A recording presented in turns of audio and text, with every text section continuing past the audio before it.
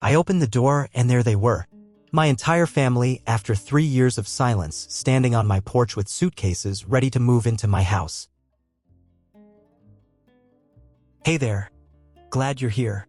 Whatever you're doing right now, take a breath and lean in. Because today's story is not just about losing everything, it's about what happens after. About rebuilding when no one shows up. About facing the very people who once left you behind, only to watch them come back, expecting a piece of the life you rebuilt. Have you ever felt like the black sheep of your own family? Or had to draw a line with someone who once mattered? So this one's for you. Stick around to see how our main character turns pain into power. And if this resonates, please hit that subscribe button. It's what keeps this channel going. And lets me keep sharing stories like this from the heart. Thanks for being here. You ever have a moment when the world just shifts? For me, it was a Tuesday, 8:03 a.m. to be exact. I remember it because the notification popped up on my laptop like any other. Subject line, restructuring update. I had just poured a cup of oversweetened gas station coffee and was halfway through checking ad performance reports when the calendar invite hit.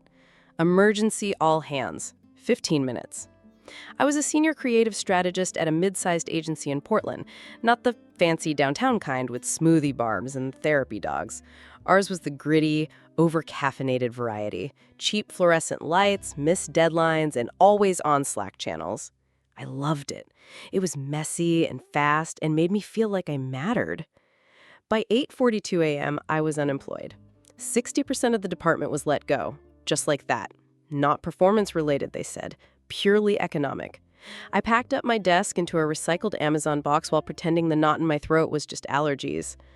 I remember walking to my car, this beat-up gray Corolla I hadn't cleaned in months, and sitting behind the wheel like I was waiting for someone to say, "Just kidding." But no one did. At first, I wasn't panicked. I had some savings, I had LinkedIn, I had a killer resume and referrals out the wazoo. I even told myself it was a blessing. Finally, some time to refocus. I was so naive. By month 2, the tone changed. Every job opening felt like a slot machine that had already been played out. I sent 37 applications in 1 week, got 2 rejections and 35 pieces of silence. That's when I made the calls. My parents, Elliot and Marjorie Blake, weren't warm and fuzzy, but they were stable. Retired school administrator and a part-time piano teacher. I figured if nothing else, they'd help with rent for a month or 2 while I got back on my feet. I wasn't asking for much. The first call was to my dad. "Cassidy," he sighed, like my name was a chore. "You're 34. You should have an emergency fund. When I was your age, I worked night shifts at the docks and still paid my own way through grad school." I was stunned into silence. He didn't ask if I was okay, just hung up. My mom wasn't much better. She offered thoughts and prayers and a passive-aggressive TED Talk about cutting back on oat milk lattes. I hadn't bought coffee in weeks. I was eating off-brand cereal with water. I called my brother Brandon last. We'd been close once. I helped him move 3 times, loaned him money he never repaid. He picked up, listened for a few seconds, then said, "Cass, maybe this is a sign you need to grow up. You've always been kind of directionless." Then he laughed. 2 days later, I drove to their house in Salem for Sunday dinner, an olive branch. I figured maybe if they saw me in person, understood the situation, things would be different. It was humiliating. My sister-in-law, Lori, talked about their new SUV and vacation plans while I tried not to cry into my mashed potatoes. My dad stared at the clock like he had somewhere better to be. My mom kept suggesting I reconnect with that nice CPA from your college days because maybe a husband would help. And Brandon, he just shook his head at me like I was a broken toaster. "We have kids, mortgages, responsibilities. You only have yourself to worry about." That line stuck with me, not because it was true, but because it was so dismissive. Like my life was a thrift store reject, not worth fixing. The next morning, he texted me, "Don't call unless it's good news. We can't keep carrying you." They had never carried me. Not once. 3 weeks later, I found the eviction notice. $1,325 in unpaid rent. I sold my TV, my grandmother's ring, my decent winter coat. I lived in my car, showered at a 24-hour gym. Applied for jobs from the corner of the downtown library. I remember the first time I cried in that car. Not because I was hungry or scared, but because I'd realized no one would notice if I disappeared. No one would come looking.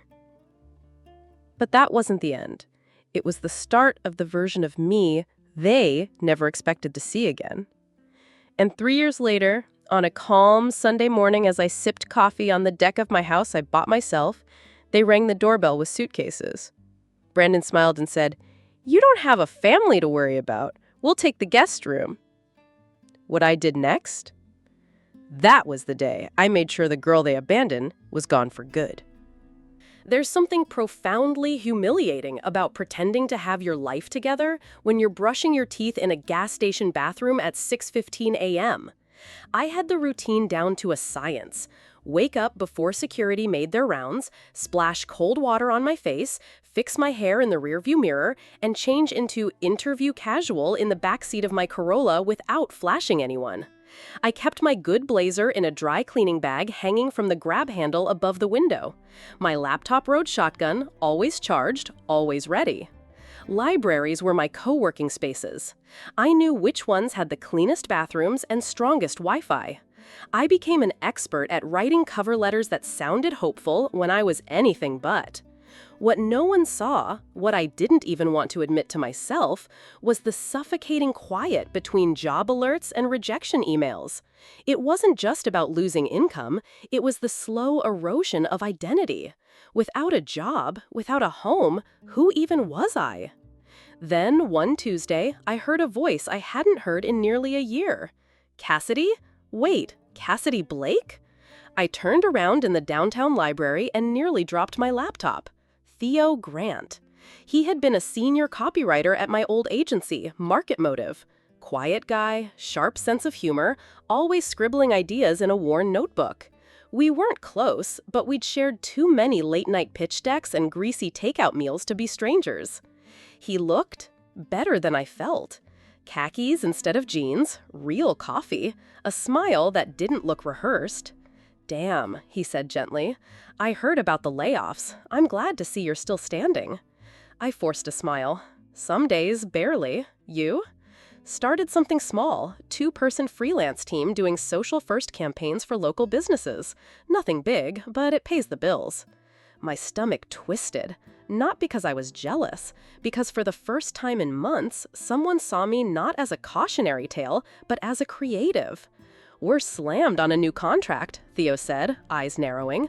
"You ever done influencer branding for small nonprofits?" I blinked.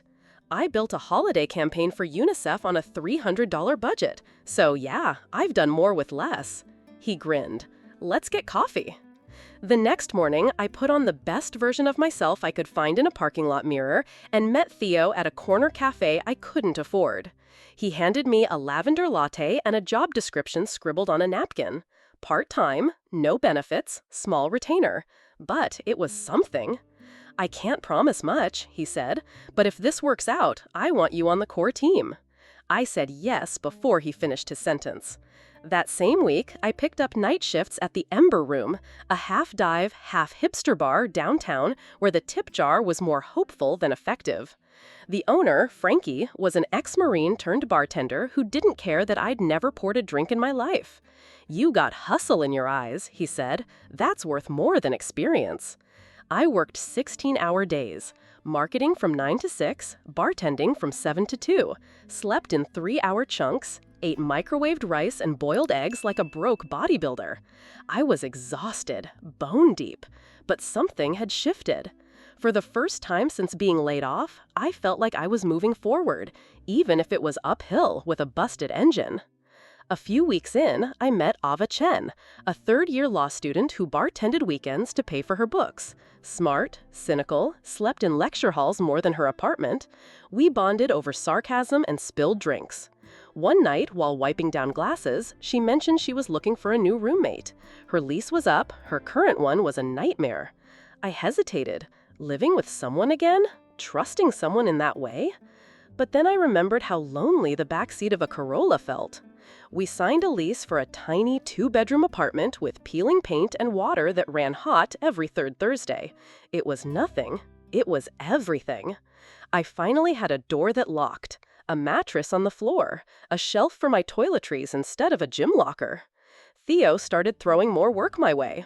I learned to edit reels, run ads on zero budget, and pitch strategy to bored members. He said I was the backbone of the business. I laughed, then cried when he wasn't looking. Ava and I made a habit of Friday night takeout and wine in mismatched mugs. Sometimes we watched trashy dating shows. Sometimes we sat in silence. But she was there. That mattered more than I expected. I was still broke, still tired, but for the first time in months, I didn't feel invisible. I was planting something, bare hands, no gloves, into the dirt of my life. And maybe, just maybe, it was starting to grow. They say you never forget your first set of house keys. Not the ones from your parents' place, not the apartment you split with 3 roommates and a leaking ceiling.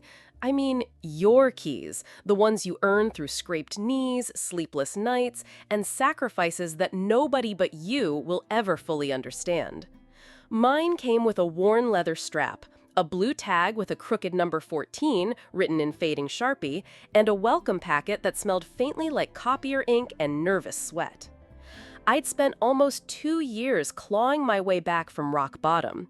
Between the marketing work with Theo's agency, Northline Creative, and the bartending shifts at the Ember Room, I'd finally managed to squirrel away enough for a down payment. Not a huge house, not even in a nice neighborhood. But it had a door, a driveway, and my name on the paperwork. The search wasn't glamorous. I toured 9 places. The first smelled like cat pee and desperation. The second had a crack in the foundation so big the realtor tried to cover it with a rug. The third had been flipped by someone with a TikTok addiction and a tragic relationship with neon grout. But the 10th? It was a 1-story bungalow on a quiet street just north of Portland. Modest, a little outdated, but with good bones and a creaky porch swing that reminded me of summer nights in my grandma's backyard. The backyard had a maple tree so old its branches bent toward the earth like it was bowing to time itself. The kitchen was small, but the windows let in golden morning light that made the cracked tile floors look like honey. The moment I stepped into the house, I didn't imagine parties or new furniture. I imagined peace. Closing took longer than expected. Paperwork delays, a last-minute inspection hiccup, a loan officer who side-eyed my freelance income like I was trying to scam the system. But I had documentation. I had a credit score that had crawled its way back into the land of the living. And most importantly, I had grit. On signing day, Theo, Ava, and Dylan all came with me. Theo brought bagels. Ava brought a bottle of cheap champagne in a reusable tote. Dylan brought flowers, and his steady hand on my back when my pen trembled slightly before hitting the dotted line. The notary slid the final papers toward me with a smile. "Congratulations, Miss Blake. You're officially a homeowner." And I cried. Not the pretty single-tear kind, the full, shoulder-shaking kind that comes from deep in your gut. I wasn't just getting a house. I was reclaiming my narrative. Moving day was chaos, but the good kind. Theo rented a U-Haul and brought over boxes I didn't even remember storing in his garage. Ava made a playlist with early 2000s throwbacks that had us dancing in between unloading dressers and unwrapping plates. Dylan hung string lights on the back deck without being asked. There was no designer furniture, no color-coded unpacking strategy, just mismatched mugs, hand-me-down linens, and friends who didn't flinch when I confessed that the couch was from a Craigslist freebie page. That night, we sat cross-legged on the living room floor eating pizza off paper towels. Theo raised his cup, some leftover plastic thing from a conference giveaway, to Cassidy, the only person I know who can build an empire out of duct tape and spite. We laughed, but my throat caught. Because I wasn't just building something out of spite. I was building something in spite of everything. In the weeks that followed, I turned the guest bedroom into a creative workspace. I painted the walls a muted sage, bought a used desk from a consignment shop, and pinned quotes on a corkboard above my monitor. One of them, in thick black Sharpie, read, "Your life is not on hold." I needed that reminder. It was easy to feel like everything had been a detour, like I was still catching up to some invisible timeline everyone else seemed to be coasting along. But here, in this space I had carved out with my own calloused hands and overdrafted accounts, I could finally exhale. I learned to plant lavender in the garden bed along the front. I fixed a leaky faucet with the help of a YouTube dad who said, "All right, folks," at the beginning of every video. I hosted Ava and Theo for wine and tacos. Dylan stayed over more often, sometimes just to hold me when I woke from dreams of library chairs and empty inboxes. Then, one spring morning, I found myself doing something unexpected, sleeping in. No alarm, no panic, just the soft sound of birds outside and a faint breeze fluttering the curtains. I padded to the kitchen barefoot, brewed a pot of coffee, and took it out onto the deck, the one Dylan had helped refinish with borrowed tools and pure stubbornness. I sat on the swing with my chipped mug and watched the maple tree stretch toward the sky. And for the first time in years, I wasn't planning the next emergency. I was just present. I remember thinking, this is mine. Every creak in the floor, every paint chip, every morning where I didn't have to pretend I was okay just to survive. This house wasn't fancy. It didn't have quartz countertops or heated floors, but it had something better. A beginning, a boundary, a promise. I'd built a sanctuary, brick by emotional brick, and no one, especially not the people who left me behind, was ever going to take it from me. Sunday mornings were sacred. After years of 6 a.m. alarms and library corners that smelled like mildew and desperation, I'd created a routine so peaceful it almost felt stolen from someone else's life. Wake up without an alarm. Brew dark roast in my chipped ceramic French press. Toast a single slice of sourdough. Eat it with almond butter and sea salt. Sit out on my back deck, wrapped in an old flannel robe I bought for $4 at a thrift store, and just exist. That morning, sunlight filtered through the branches of the maple tree, casting quiet gold across my weathered deck boards. I had a book in one hand and my coffee in the other when the doorbell rang. I didn't move right away. No one ever rang that doorbell, not without texting first, not without being invited. The knock came again, louder. I set my mug down, heart rate ticking up. Maybe a neighbor? Delivery mix-up? But when I opened the door, my breath caught in my chest. Standing on the porch were my parents, my brother Brandon, his wife Lori, and their 2 kids, Kayla and Noah. And luggage. Not backpacks. Luggage. It felt like a family photo I'd been cropped out of and pasted back into with bad Photoshop. My mother, Marjorie, was the first to speak. "Surprise, sweetheart," she said, stepping forward with arms spread wide. "Look at you, so thin. Are you eating enough?" Brandon gave a quick once-over of my foyer. Nice place, quiet street, solid investment. Lori snapped a photo with her phone. "Cozy," she muttered, in a tone that made the word feel like an insult. The kids pushed past me before I could say a word, Kayla dragging a rolling suitcase shaped like a unicorn, and Noah clutching a handheld game console like it was a security blanket. I stepped aside on autopilot. Mistake number 1. They filed in like they owned the place. Within minutes, it was chaos. My dad, Elliot, wandered the living room, tapping on walls as if he were a home inspector. My mom opened every cabinet in the kitchen and sighed dramatically at my limited pantry. Brandon asked if I still had my old guest sheets. Lori was measuring the guest bedroom doorway with a retractable tape I didn't even know she carried. "So," I said, trying to keep my voice even, "what exactly is going on?" There was a beat of silence. Then Brandon cleared his throat like he was about to give a TED Talk. "We've had a rough few months. I lost my job back in January. Lori's part-time gig doesn't cover rent, and we had to give notice on the apartment last week." Lori jumped in. "The city raised the rent again. It's ridiculous. And with the kids?" My mother placed a hand gently on mine, which I immediately pulled away. "We just thought," she said, smiling like this was all perfectly reasonable, "it would be best to stay with family while we regroup." Stay with family? The gall, the audacity, the absolute Olympic-level mental gymnastics it took to say that after 3 years of silence. "You didn't call," I said. "You didn't ask. You just showed up." Brandon shrugged. "It's not like you're using all this space. I mean, 3 bedrooms and no one to fill them." That line hit me like a slap. He'd said something like that once before, when I was sleeping in a parking lot and begging for help. You only have yourself to worry about. Now it was coming back, dressed up as logic, but still meant to wound. The kids were already upstairs by then. I walked up to find Kayla bouncing on my carefully made bed, yelling about how she called dibs, while Noah dragged books off my office shelves and declared the room his new game base. "Please don't do that," I said, struggling to keep my voice steady. "That's my personal space." "Mommy said this is our room now," Kayla beamed. "You can sleep downstairs." I blinked. "Excuse me?"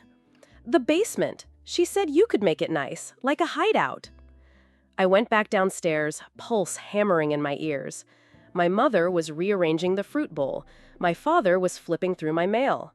Brandon stood in the center of my living room like it was already his. "Look," he said, "we know it's sudden, but it's practical. You have the space. We need it. Family helps family." I almost laughed. Almost. "When I needed help, you told me to grow up," I said, looking him dead in the eyes. "You said I was directionless. You all cut me off." Elliot stepped in. "That was the past. We're in a tough spot now. Everyone falls sometimes." "Yes," I snapped, and I fell hard, alone. They all started talking at once. Justifications, excuses. But the kids, just temporary. Think of the tax benefits. As if my home was a timeshare they were entitled to. I stepped outside to breathe. The deck, once my sanctuary, now felt violated, like their presence had seeped into the planks and chased away the peace. My phone buzzed. Dylan. "Still on for dinner? Want me to pick you up?" I texted back. "Family showed up uninvited. Bring wine, and a lawyer if you know one." He replied instantly. "On my way." Back inside, Lori had commandeered the dining table to sketch out a new layout for my furniture. Brandon was comparing utilities. My mom was eyeing my spice rack like she was mentally tossing half of it. My dad? He was Googling HOA regulations. "We just need 6 months," my mom said. "A year tops," Brandon added. "Maybe longer if the housing market keeps tanking," said Elliot, not looking up. Kayla popped her head in from the hallway. "Daddy says we can live here forever. You don't have a family anyway." And there it was, the line, the one that sucked the air from the room and slammed the final nail into whatever bridge they thought they could rebuild. I stood there, gripping the back of a chair, heart pounding. "You all need to leave," I said quietly. "What?" Marjorie blinked. "But dinner." "Now," I said louder. "I need time to think, alone, like the last 3 years." There was protest, confusion, guilt-tripping, but I didn't back down. Eventually, they shuffled out. My mother left behind a half-zipped suitcase, just in case. My dad made a point to comment on my thermostat settings. Brandon? He patted my shoulder like we'd had a nice chat. When the door finally clicked shut, I sat on the floor, face buried in my hands. Dylan arrived 10 minutes later. He didn't ask questions, just wrapped his arms around me and let me fall apart in the silence they left behind. I had rebuilt every part of my life from scratch, and now the people who watched me drown wanted to move into the house I'd learned to swim in. They thought I would forget. They were wrong. They came back the next day, exactly at noon, just like I'd asked. This time, they brought reinforcements. More boxes, more bags. My mom had even packed a folding table and an Instant Pot, like we were hosting a church potluck. They walked in with the kind of confidence only people with a warped sense of entitlement could possess. Elliot was already complaining about the hotel coffee. Lori wore sunglasses inside like she was shielding herself from reality. Brandon gave me a stiff nod, carrying a plastic bin labeled Linens Master Bedroom. This wasn't a visit. It was an invasion. And I had prepared for war. I led them into the living room, where I'd arranged seats like it was a staff meeting and not a reckoning. I remained standing. Dylan, Ava, and Theo were parked 2 blocks away, on standby, just in case. The kids had been banished to the backyard with juice boxes and the sternest look I could manage. Lori made a weak joke about free babysitting. I didn't laugh. I cleared my throat. Before we go any further, I want to make something crystal clear. This is a conversation, not a negotiation. My mom blinked, already shifting in her seat. Sweetheart, we're just trying to figure out a way to make this work. You made it work for yourselves, I cut in. 3 years ago, when I was sleeping in my car, you all made it very clear I wasn't your problem. Elliot folded his arms. You didn't exactly ask for help. I pulled out my phone and opened the screenshot. Brandon, this is the text you sent me after I lost my job. Don't call us unless you've got your life together. We can't keep carrying you. I scrolled to the next one. And this one from you, Lori. Try budgeting better next time, or marry someone who can take care of you. Their silence was loud. I was jobless, humiliated, and one missed Cayman away from being out on the street. Oh wait, no, I was on the street. I turned to Marjorie. And you said, have you tried cutting out the lattes? Like that would magically pay rent. She looked down at her lap, but said nothing. So no, you don't get to show up now and act like this house is some birthright. Brandon finally spoke, his voice flat. We were trying to give you space. You gave me silence, I snapped. You gave me abandonment and judgment. That was the past, my father started. No, I said, that was a choice. You left me to drown, and now that I've built a boat, you want to live in it. They shifted uncomfortably, but no one stood up to leave. So I laid it out plainly. You are not moving in. Lori inhaled sharply, like I had just slapped her. But where are we supposed to go? Not here, I said. I've arranged for you to meet with a financial advisor. She specializes in emergency housing plans. I printed her info. I slide the paper onto the coffee table. She's expecting your call. Elliot picked it up, scoffed. This is how you treat family? Family supports each other, not just when it's convenient, I said. I needed you. You weren't there. So now that you need me, I'm allowed to say no. Marjorie started to cry, a soft, guilt-laced sob that once would have unraveled me. Now, it just made me sad. But we're blood, she whispered. I shook my head. Blood doesn't mean loyalty. Blood doesn't build trust. That takes showing up. That takes love. Just then, there was a knock at the door. I opened it. Dylan, Ava, Theo, my chosen family. Theo walked in first, nodding politely to my parents like he was meeting business clients he didn't trust. Ava gave Lori a tight-lipped smile, then took a seat beside me. Dylan wrapped his fingers around mine and didn't let go. I turned back to the room. These people helped me when I had nothing. They didn't ask questions. They didn't guilt-trip me. They just showed up. I looked at Brandon. You said I don't have a family? You were wrong. You'll regret this, he muttered. You're choosing strangers over your own blood. No, I replied. I'm choosing respect over manipulation, boundaries over guilt, peace over chaos. Elliot stood, angry now. You're just bitter, ungrateful. You wouldn't even be here without us. You're right, I said. I wouldn't. I'd probably still be sleeping in my car if you hadn't slammed the door in my face. Because of you, I had to become stronger than I ever wanted to be. No one said another word. They packed up their bags, quietly, heavily, like people walking away from something they thought they owned. They didn't even say goodbye. When the door closed behind them, I let out a breath I hadn't realized I was holding. Theo high-fived me like I just landed a $1 million client. Ava whispered, "Damn, that was brutal, but perfect." Dylan pulled me into his arms and kissed the side of my head. That, he murmured, was power. And he was right. For the first time in my life, I hadn't just defended a boundary. I built it, and I dared someone to cross it.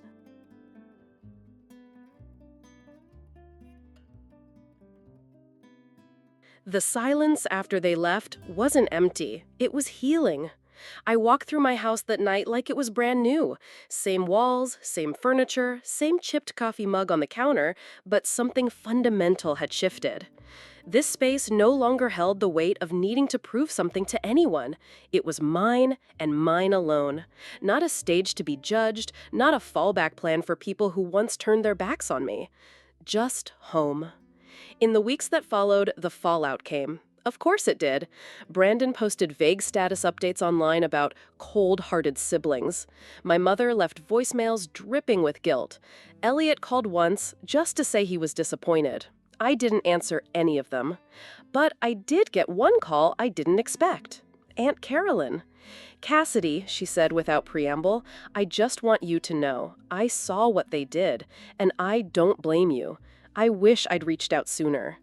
That meant more than I could say. Sometimes validation doesn't come from who you want. It comes from who chooses to see you. Life didn't magically become easy. There were still deadlines, broken faucets, days when I questioned everything. But I was no longer surviving. I was living. I decorated the spare room in teal. My mother would have hated it. I painted the front door sunshine yellow. I planted lavender out front and watched it bloom. And one afternoon, while updating my emergency contacts at the clinic, I finally erased my father's name. In its place, I wrote 3 names: Dylan Harper, Ava Chen, Theo Grant. When the nurse glanced at the form and said, "Usually people list just one person," I smiled. "I'm lucky," I said. "I have a whole family." They say you can't choose where you come from. Maybe that's true, but you can choose who you let in, who you call home, who you fight for. And in doing that, you build a family, not by blood, but by love. The girl they left behind had needed them. The woman I'd become, she didn't. And that was the difference.